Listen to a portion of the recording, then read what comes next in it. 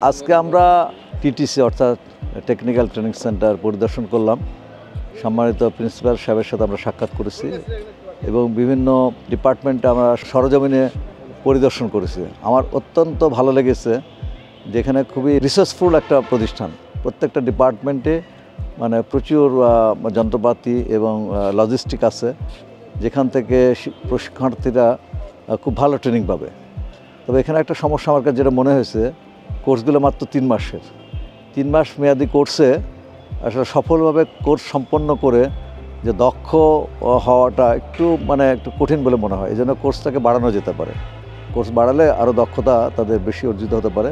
একটা বিষয় যে এত সুন্দর কোর্স, এখানে কোনো কোর্স ফি নাই, কোনো বেতন নাই, বরঞ্চ তাদেরকে প্রশিক্ষণ ভাতা দেওয়া হয়, পার ডে একটা ভাতা দেওয়া হয়।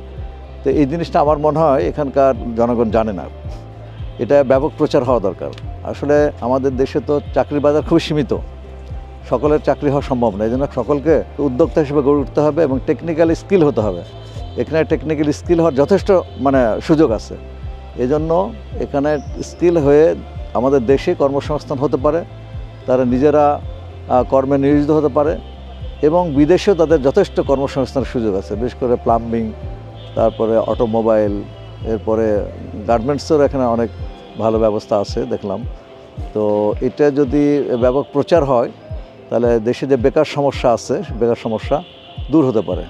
তো এই ট্রেনিংগুলো যদি আমাদের দেশের তরুণ শিক্ষিত যারা আছেন বা বেকার যুবক যারা আছেন, তারা যদি ট্রেনিংগুলো গ্রহণ করে এবং যদি এগুলো প্র্যাকটিসের মধ্যে নিয়ে আসে, তাহলে তারা কর্মে নিয়োজিত হতে পারবে। আমি আশা করি আমাদের যারা দেশের মিডিয়া আছে, বিশেষ করে আপনারা যারা সাংবাদিক আছেন, এর ব্যাপক প্রচার হওয়া দরকার।